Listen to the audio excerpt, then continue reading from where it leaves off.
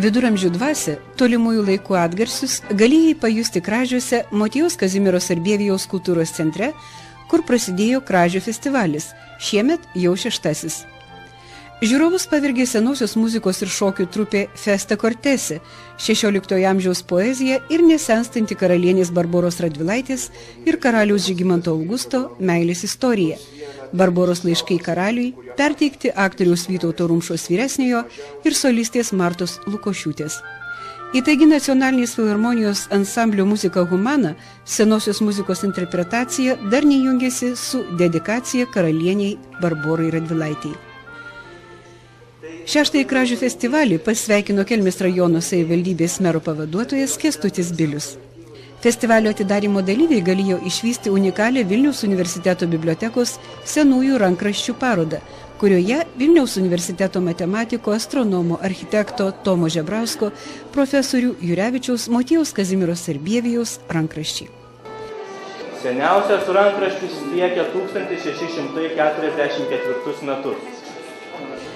O birželio 16-ąją jaunimo senosios muzikos ansamblis Horendus iš Lenkijos pratęsė Kražių festivalio atidarymo temą, nukeldamas į romantišką 17 amžių. Šį kartą Kražiai sukvietė į tarptautinę konferenciją Motiejus Kazimieras Sarbievijus ir jaunuomenė. Ar nenumirė Motiejaus Kazimiero Sarbievijaus žodis? Sarmatų Horacijumi vadinto poeto eilės, sveikindamas konferencijos dalyvius, priminė Kelmės rajono savivaldybės meras Kostas Arvasevičius. Poeto kūrybos studijų svarbą akcentavo Vilniaus universiteto profesorė Eugenija Ulčinaitė. Motiejaus Kazimiero Sarbievijaus dirbusio Kražių kolegijoje čia kūrusio vardu pavadintas šiandieninis kultūros centras, tad labai svarbu dabartinį gyvenimą sieti su praeities ištakomis. Vienas konferencijos tikslų buvo susipažinti su Sarbievijaus ištakomis bei jo atminimo įamžinimu Lenkijoje.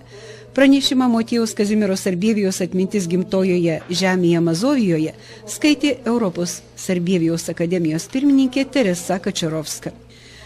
Konferencijoje analizuotos krikščioniškosios vertybės Sarbievijaus poezijoje, jo poezijos barokiškumas, svečiai iš Lenkijos pasakojo apie gimtąjį Motiejaus Kazimiero Sarbievijaus valsčių Babošavą.